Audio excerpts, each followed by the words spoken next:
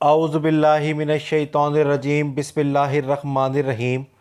अस्सलामुअलैकुम दोस्तों, ये एक हाथ है जिसके ऊपर बहुत ज़्यादा बेहंगम लकीरें पाई जाती हैं, आड़ी तिरछी लकीरें हैं और जो माउट्स हैं वो भी बहुत ज़्यादा पुरगोश्त हैं। जैसे कि माउट ऑफ मून भी बहुत ज़्यादा पुरगोश्त है और हथेली से बाहर निकल रहा है। इसके साथ ही बाकी उभार भी तकरीबन पुरगोश्त हैं, मगर हथेली पर बहुत ज़्यादा बेहंगम लकीरें पाई जाती हैं।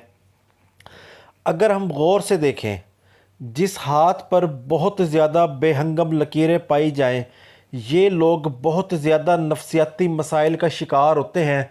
ये हमेशा कुछ ना कुछ सोचते रहते हैं, मगर उसका हकीकत से कोई ताल्लुक़ नहीं होता। ये ख़यालात की दुनिया में गुम रहते हैं और ख़यालात की दुनिया में ही अपने महल खड़े करते रहते हैं, जिसकी वजह से ये मुसलसल डिप्रेशन का शिकार हो जाते हैं और इनकी ज़िंदगी बिल्कुल रुक सी जाती है।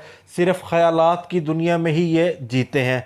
जैसे कि माउट ऑफ मून हथेली से बाहर निकल गया है, तो ये बहुत ज़्यादा ओवर थिंकिंग को ज़ाहिर कर रहा है, डिप्रेशन को ज़ाहिर कर रहा है, हसास तबीयत को ज़ाहिर कर रहा है।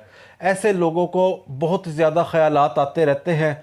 इनको मर्ज़ का वहम हो जाता है, इनको इस बात का वहम हो जाता है कि किसी ने इनके ऊपर कोई जादू कर दिया है या इनके ऊपर कोई जिन्नात आ गए हैं। ये सिर्फ़ और सिर्फ वहम में ही मुब्तला रहते हैं। इसके साथ ही ये है दिमाग की लकीर और ये है दिल की लकीर। दिमाग की लकीर, ज़िंदगी की लकीर, दिल की लकीर एक ही जगह से आगाज़ कर रही है। जब ये तीनों लकीरें एक ही जगह से आगाज़ करें तो ऐसे लोग बहुत ज़्यादा बेचैन तबीयत के होते हैं। ये हर काम में अंधाधुंध कूद पड़ते हैं और ये नताइज की परवाह नहीं करते।